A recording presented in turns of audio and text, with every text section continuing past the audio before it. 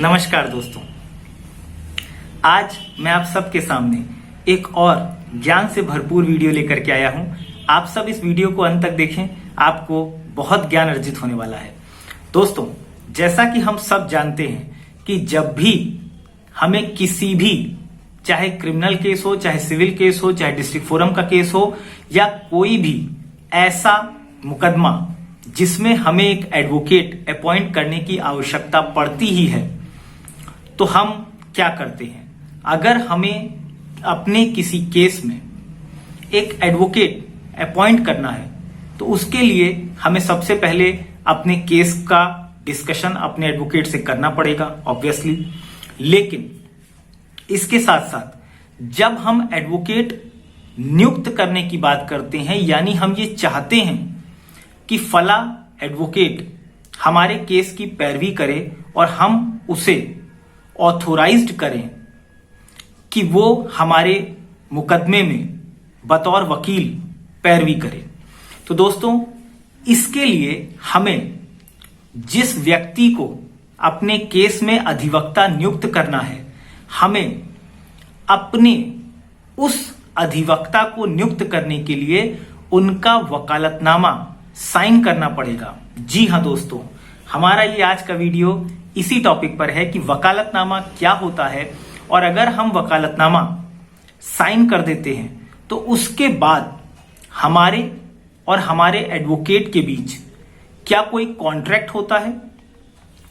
क्या हमारे और हमारे एडवोकेट के बीच ऐसी कोई डील हो जाती है क्या कि अगर हम मुकदमा जीते तो हमें क्या लाभ होंगे, और अगर हम मुकदमा हारे तो क्या लाभ होंगे?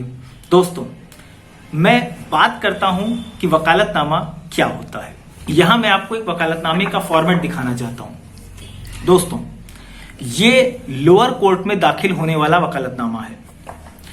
जब हम वकालतनामे की बात करते हैं तो सबसे ऊपर टाइटल में यहां वकालतनामा लिखा रहता है। उसके अलावा जो आपका कोर्ट जहां जिस न्यायालय में दाखिल होगा वो लिखा होगा, उसका नाम। कुछ एम्प्टी होते हैं जहां न्यायालय का नाम फिलअप किया जाता है।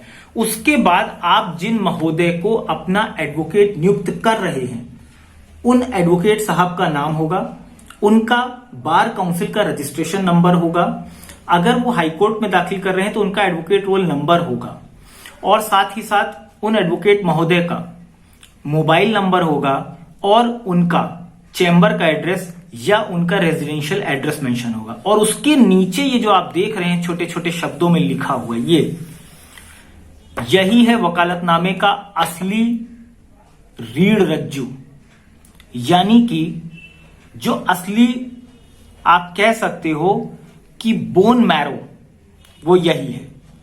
और यहां एडवोकेट का साइन, इस जगह एडवोकेट का साइन होता है और यहां पर क्लाइंट का साइन होता है, आप देख सकते हैं। इसी प्रकार से ये इस तरीके के छपे हुए वकालतनामे भी आते हैं। जनरली एडवोकेट्स यानी काउंसिल्स, एडवोकेट को ही काउंसिल कहते हैं, अपने वकालतनामे प्रिंट करवा कर रखते हैं। अदरवाइज जो मैंने एम्प्टी वकालतनामे की बात करी वो इस तरीके के होते हैं, और यहां पर एडवोकेट्स अपना नाम फिलअप करते हैं, और जो अभी मैंने आपको दिखाया इस वकालतनामे में जो ये कंटेंट्स लिखे हुए हैं छोटे छोटे, वही कंटेंट्स यहां लिखे हैं, और एडवोकेट का साइन और यहां क्लाइंट का साइन।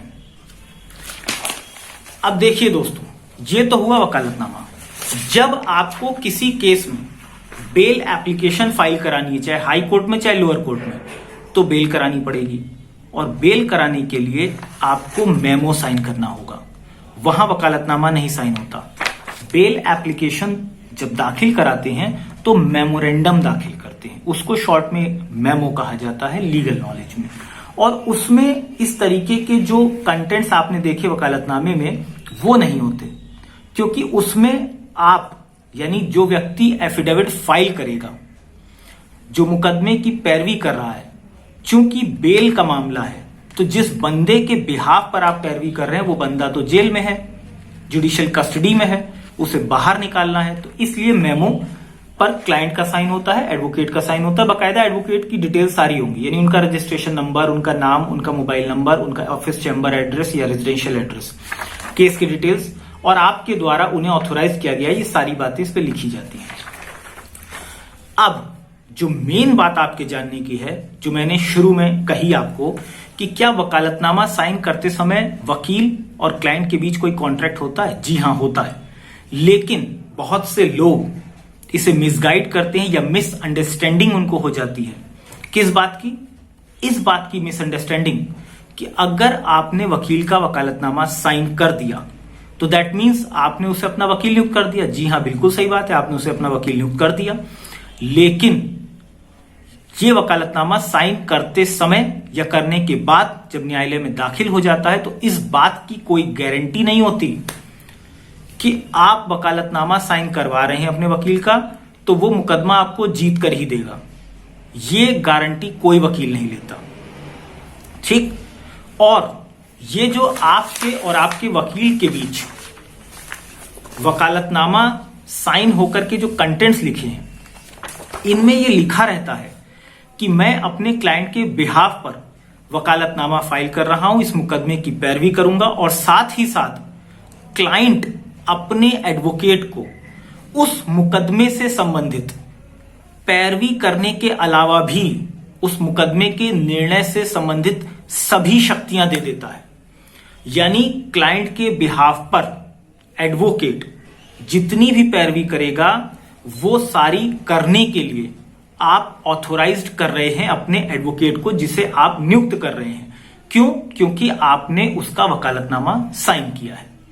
बाकी वकालतनामा साइन कर देने का मतलब या फीस के आदान प्रदान की बात या फीस की डीलिंग की बात, वो बातें इसमें नहीं लिखी जाती और उसकी यहां पर कोई आवश्यकता भी नहीं है। और वकालतनामा साइन कर देने का यह मतलब भी नहीं है कि अब वकील आपको केस जीतकर अगर नहीं दे पाया तो वो आपको पैसे वापस करेगा या आप उनसे इस तरीके का कोई और डील करेंगे। ऐसा करना सरासर गलत है और ऐसा होता भी नहीं है। तो दोस्तों, अगर आपको वकालतनामे से संबंधित ये वीडियो पसंद आए तो इसे लाइक करें, मेरे चैनल लीगल एनसाइक्लोपीडिया को सब्सक्राइब करें और बेल आइकन को जरूर प्रेस करें, ताकि आपका विधिक ज्ञान बढ़ाने में मैं जो सहयोग कर रहा हूं वो निरंतर होता रहे। धन्यवाद दोस्तों।